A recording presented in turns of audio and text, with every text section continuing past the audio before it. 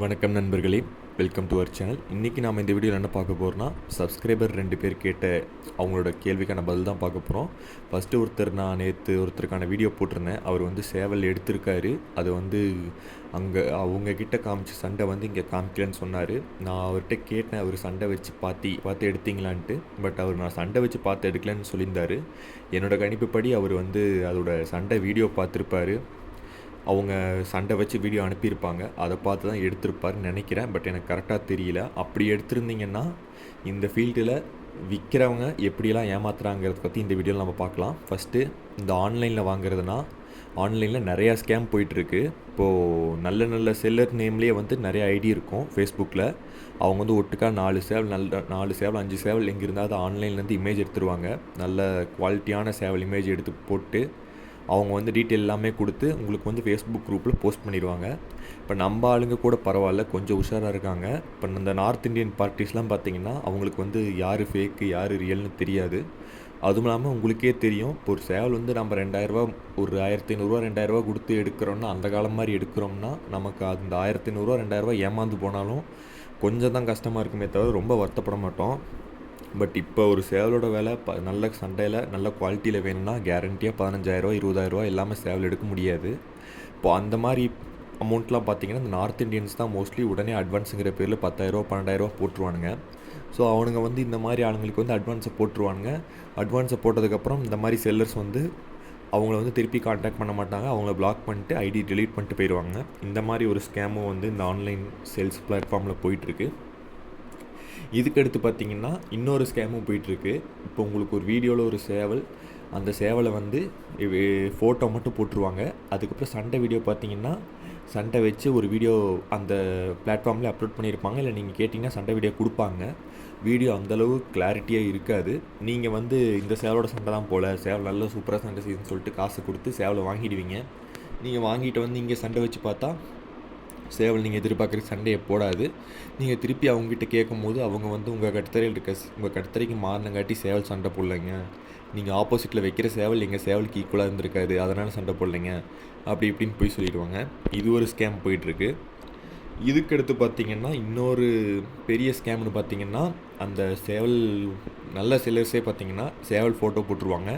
அதுக்கடுத்து சண்டை வீடியோவில் பார்த்திங்கன்னா அந்த வீடியோவோட ஸ்பீடை இன்க்ரீஸ் பண்ணிவிடுவாங்க. நார்மலாக இருக்க வீடியோட ஸ்பீடை விட கொஞ்சம் ஸ்பீடை இன்க்ரீஸ் பண்ணால் சேவலோட சண்டை இன்னும் நல்லா ஸ்பீடாக தெரியும். அதுக்கடுத்து பார்த்திங்கன்னா ஆடியோ இருக்குல்லங்க, அந்த ஆடியோ லைட்டாக எடிட் பண்ணாலே உங்களுக்கு அந்த வைப்ரேஷனோட சவுண்டு இன்னும் நல்லா இன்க்ரீஸ் ஆகும். விங் சவுண்டோட சவுண்டு இன்னும் நல்லா இன்க்ரீஸ் ஆகும். இந்த மாதிரியும் பண்ணுவாங்க.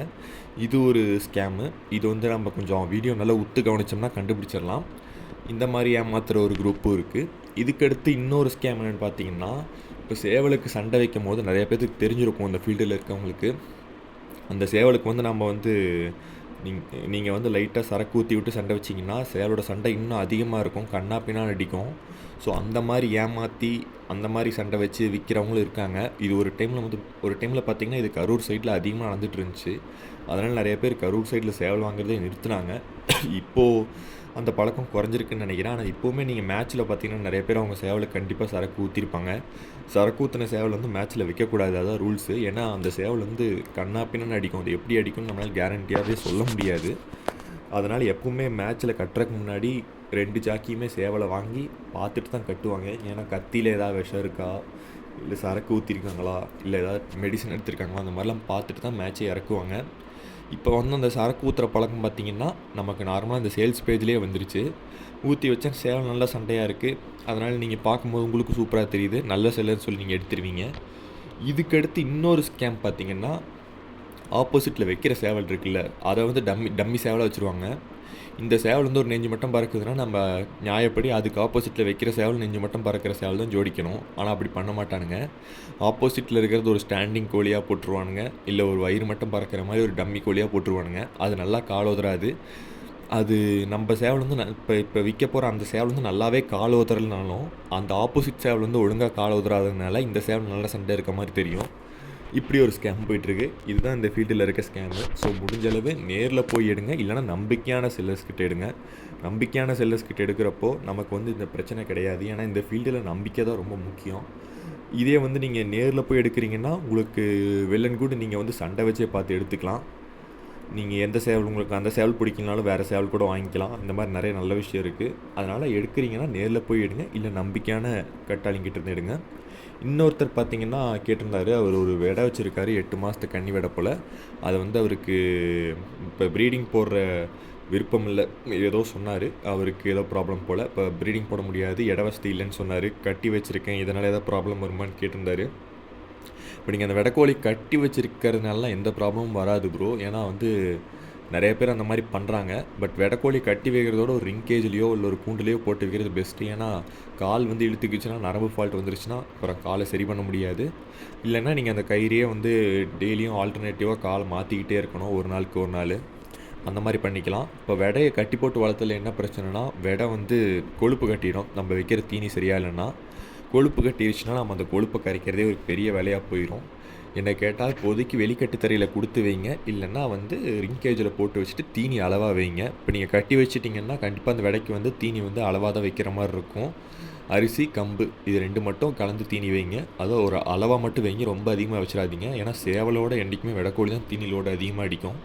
அதுக்கடுத்து பார்த்தீங்கன்னா நீங்கள் இந்த மாதிரி கட்டி வச்சா நாம் தான் எல்லா சப்ளிமெண்ட்டுமே கொடுக்கணும். ஸோ வீக்லி ஒன்ஸாவது அந்த மல்டிவிட்டமின் டானிக் தண்ணி, அப்புறம் வந்து கால்சியமும் அந்த மல்டிவிட்டமினில் வந்துடும் எனக்கு தெரிஞ்சு. பில்லு, கீரை இதெல்லாம் போடுங்க. ஏன்னா வெளியே அது மேய்ஞ்சதுன்னா பூச்சி, புழு, இந்த பச்சைத்தலை எல்லாமே சாப்பிடும். இப்போ நீங்கள் கட்டி போட்டதுனால இதெல்லாம் கிடைக்காது, நாம் தான் கொடுக்குற மாதிரி இருக்கும். நீங்கள் இதுக்கப்புறம் ப்ரீடு போடுற மாதிரி இருந்துச்சுன்னா அந்த வெடைக்கு கொழுப்பு கட்டியிருக்குதான்னு பாருங்கள். கொழுப்பு கட்டலைன்னா கண்டிப்பாக நீங்கள் சேவலுக்கு போடலாம். அது ஒழுங்காகவே மேட்டாகும், முட்டையும் வைக்கும். முட்டை உடச்சி குடிக்கும்னு சொல்கிறதெல்லாம் பொய் ப்ரோ.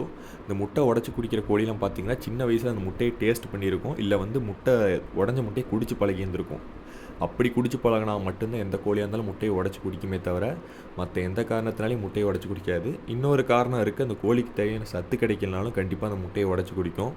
அடையில் இருக்க கோழியும் பார்த்திங்கன்னா இதனால தான் முட்டையை உடச்சி குடிக்கும். ஒன்றா சத்து கிடச்சிருக்காது, இல்லைனா அந்த முட்டை பொரிக்காதுன்னு அந்த கோழிக்கு தெரிஞ்சிருச்சுன்னா உடச்சிருச்சுன்னா எல்லா முட்டையும் உடச்சிரும். அதுதான் காரணம். அதுக்கப்புறம் பார்த்திங்கன்னா அடைப்படுக்கிறது அந்த ப்ராப்ளம்லாம் வராது ப்ரோ. எந்த கோழியாக இருந்தாலும் முட்டை வச்சோடனே அடைப்படுக்க தான் செய்யும். நீங்கள் ஒரு பிராய்லர் கோழி வாங்கிட்டு வந்து வளர்த்துறீங்க, அது ஒரு சேவல் அணிஞ்சு முட்டை வைக்குதுன்னா கூட அது கூட அடை தான் படுக்கும். எந்த கோழினாலுமே அடை படுக்கும் ப்ரோ. அந்த பிரச்சனை உங்களுக்கு வராது. நீங்கள் நம்பிக்கையாக ப்ரீட் போடலாம். ஒன்று இந்த கொழுப்பு கட்டாமல் மட்டும் பார்த்துக்கணும்.